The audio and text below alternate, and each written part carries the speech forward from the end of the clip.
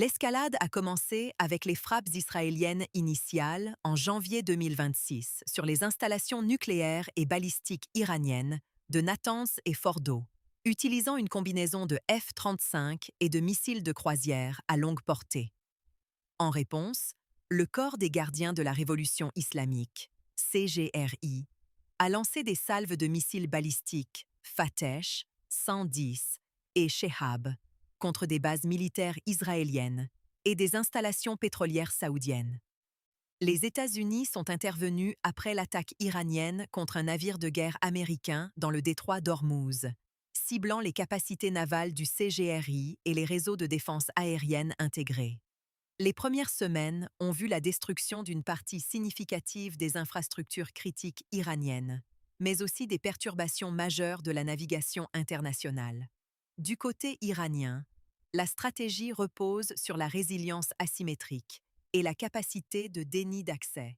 Malgré les pertes initiales importantes de leurs forces aériennes vieillissantes et d'une partie de leur batterie de défense aérienne S-300 et Bavard 373, l'Iran maintient une capacité de frappe balistique significative, notamment avec des systèmes mobiles. Le CGRI a démontré sa capacité à mener des cyberattaques sophistiquées contre les infrastructures critiques de ses adversaires et à activer son réseau de procuration régionale.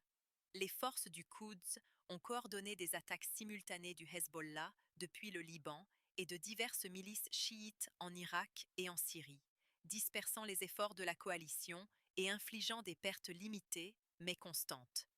La population iranienne subit de lourdes pressions économiques et logistiques, mais la cohésion interne, bien que mise à l'épreuve, n'a pas encore cédé.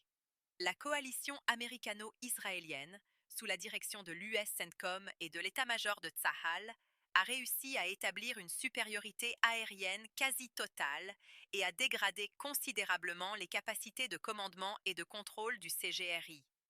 L'opération a mobilisé des ressources considérables, y compris plusieurs groupes aéronavals, des B-2 Spirit et des F-22 Raptor opérant depuis des bases régionales. Cependant, les objectifs stratégiques de la coalition restent difficiles à atteindre pleinement.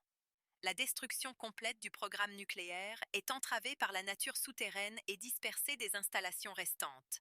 La défaite totale des réseaux de procuration iraniens s'avère un défi asymétrique coûteux en personnel et en temps, tandis que le maintien de la sécurité maritime dans le golfe Persique mobilise des ressources importantes face aux attaques de drones et de vedettes rapides.